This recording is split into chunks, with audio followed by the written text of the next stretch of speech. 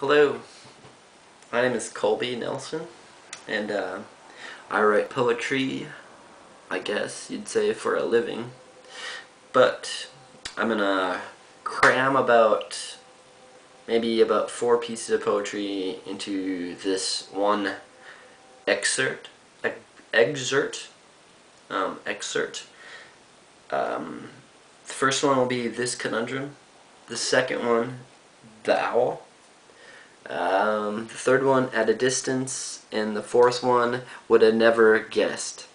And maybe I'll do a fifth one too, and that's Cold Parks. But the first one, this one is called This Conundrum, and it goes something like this.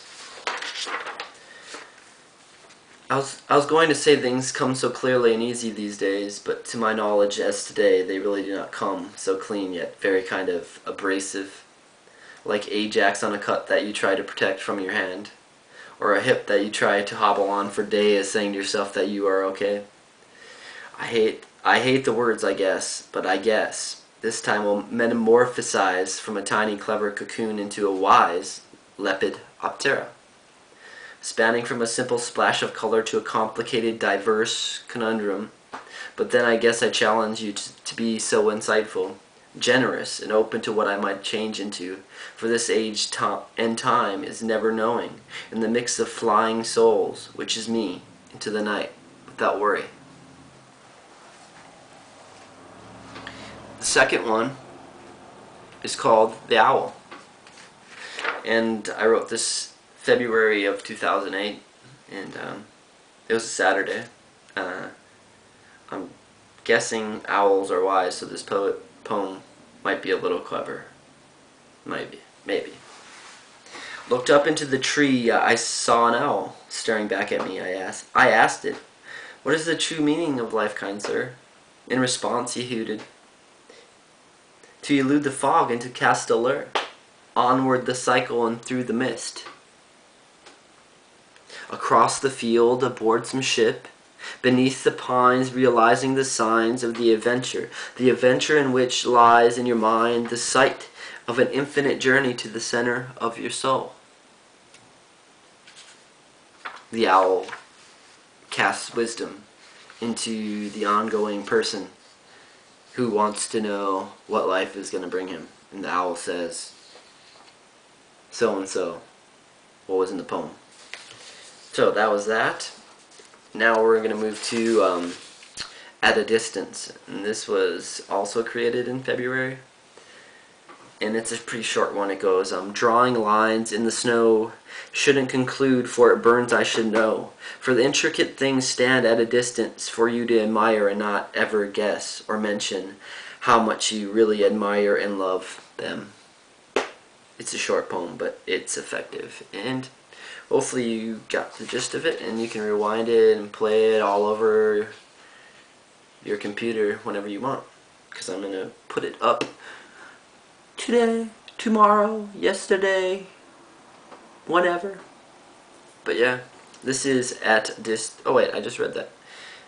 This is Would Have Never Guessed, and it's on 2 pages, so I may get confused, but I don't think I will. Never really knew how it could have been, just kind of envisioned. Heard the news this morning from one of my good friends. Broke my heart. The flood fell through. Thought I was semi-happy. But there is still that tinge of blue. Never really wanted to let loose emotions backed into my life, so I left you alone that way, with stepping stones, brushing away the grays. Now this night has brought so many questions, but I guess the lesson brings to a conclusion I have to set aside again. Just never know what really all this meant. And yeah, that basically means just confusion, like all these things in your head where you think there's a meaning to it when there actually is no meaning, and you're thinking too hard. That's basically what that piece of poetry is about. And this last one I'm going to recite was actually done in January, and it was Thursday, if that has any meaning. I'm sure it does. Everything does. So, Cold Parks. As we held one another's hand in the park while the snow was falling, well, well aware of how cold it was, relying on one another's heat to tide us over, smiling anyways as your eyelashes gathered frost, and your cheeks were rosy pink, gazing out into the darkness of the park, imagining our dreams, wondering what was in each other's minds, confessing our love for words, for the moment we had in the park, where we forgot on how cold we were, and realized what great friends we actually were. That basically states it all right at the end there. Those times where you, I have a lot of standing still and sad. That one's not a sad piece, but it's like, again, standing still with the person that you really enjoy being around, with your friends or your family, and you don't even have to say a word. You just know that that person's there for you, and the love is there, you know.